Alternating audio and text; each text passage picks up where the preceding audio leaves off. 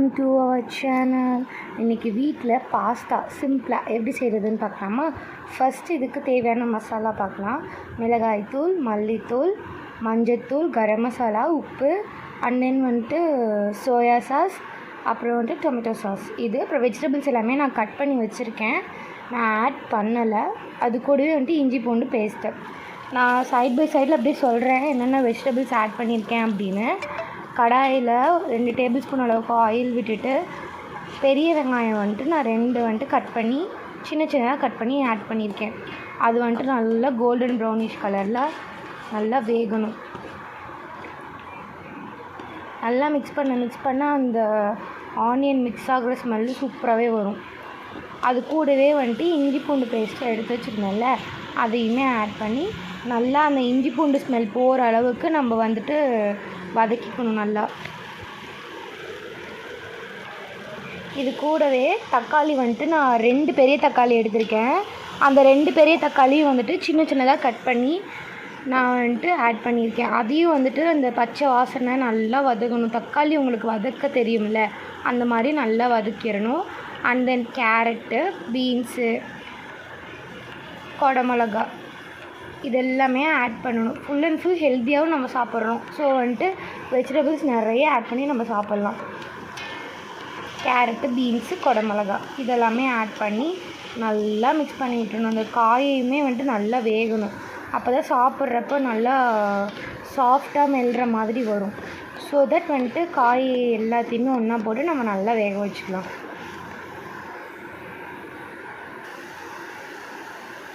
இப்போ இது கூட ஒரு பிஞ்ச் அளவுக்கு சால்ட் ஆட் பண்ணோம் அப்படின்னா, நம்ம என்னெல்லாம் சமைச்சாலும் அது சீக்கிரமாக வேகணும் அப்படின்றதுக்காக சால்ட்டை ஆட் பண்ணுறோம்.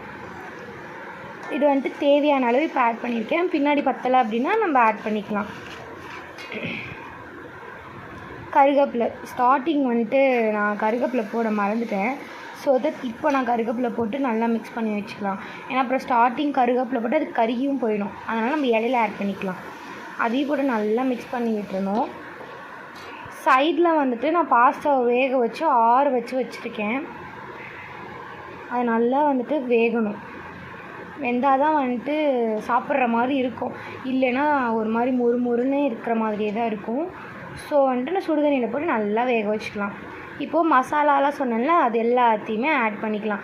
இந்த மசாலா எல்லாமே உங்களுக்கு தேவையான அளவுக்கு தான். நான் என்னென்ன மசாலா ஆட் பண்ணியிருக்கேன் அப்படிங்கிறதையும் நான் கீழே டிஸ்கிரிப்ஷனில் நான் கொடுக்குறேன். நீங்கள் அதுக்கு தகுந்த மாதிரி நீங்கள் மசாலாஸ் ஆட் பண்ணிக்கலாம். அளவு நான் சொல்ல முடியாது, நீங்களே அளவு எடுத்து நீங்கள் ஆட் பண்ணிக்கோங்க. நான் என்னென்ன மசாலா ஆட் பண்ணியிருக்கேன் அப்படிங்கிறத நான் சொல்லிடுறேன். இப்போ அதையும் நல்லா பச்சை வாசனை போகிற அளவுக்கு நல்லா மிக்ஸ் பண்ணி விட்டுறணும். இப்போ தண்ணி லைட்டாக ஆட் பண்ணுறேன். ஏன்னா அந்த காய் மசாலா எல்லாமே ஒன்றா சேர்ந்து அது நல்லா குக் ஆகணும். இல்லை நம்ம சாப்பிட்றப்போ தனித்தனியாக தெரியும், அந்த மசாலா ஸ்மெல் அடிக்கும், காய் வேகாமல் இருக்கும். அதுக்காக ஒரு 1/2 டம்ளர் அளவுக்கு நான் தண்ணி ஆட் பண்ணியிருக்கேன். அப்போ தான் அது நல்லாமே வேகுன்றதுக்காக.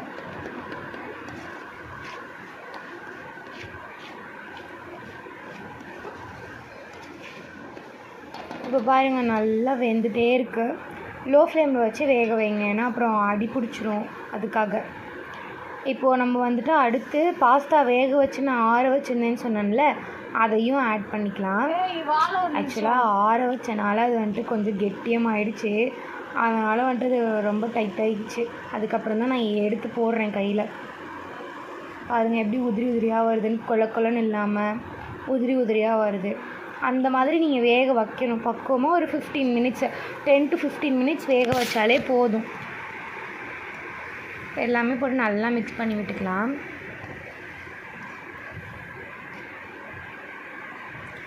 நல்லா மிக்ஸ் பண்ணணும். அப்புறம் அங்கங்கே மசாலாஸ்லாம் நிற்கக்கூடாது. ஒவ்வொரு பைட்டு எடுத்து வைக்கிறப்பையும் அந்த டேஸ்ட் எல்லாமே தெரியணும். இது கூட இப்போ டொமேட்டோ சாஸு, அப்புறம் சோயா சாஸு ரெண்டையுமே ஆட் பண்ணிடலாம்.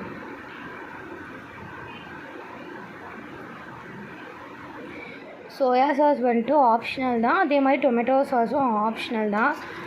நான் வந்துட்டு இன்னும் கொஞ்சம் டேஸ்ட்டாக இருக்கணும் அப்படின்றதுக்காக நான் ஆட் பண்ணியிருக்கேன். இது வந்துட்டு நீங்கள் வேணும்னா நீங்கள் ஆட் பண்ணிக்கலாம், இல்லைன்னா வேணாம். அது கூட கொஞ்சம் வந்துட்டு நான் கஸ்தூரி மேத்தி ஆட் பண்ணியிருக்கேன் இந்த ஸ்மெல்லுக்காக. சாப்பிட்றப்போ அந்த கஸ்தூரி மேத்தியோட ஸ்மெல் வந்துட்டு சூப்பராக இருக்கும், அதுக்காக. அவ்வளோதான், பாஸ்தா ரெடி ஆகிடுச்சு. நீங்களும் வீட்டில் செஞ்சு பார்த்துட்டு கமெண்ட் பண்ணுங்கள். மறக்காமல் சேனலை சப்ஸ்கிரைப் பண்ணிடுங்க. பாய்.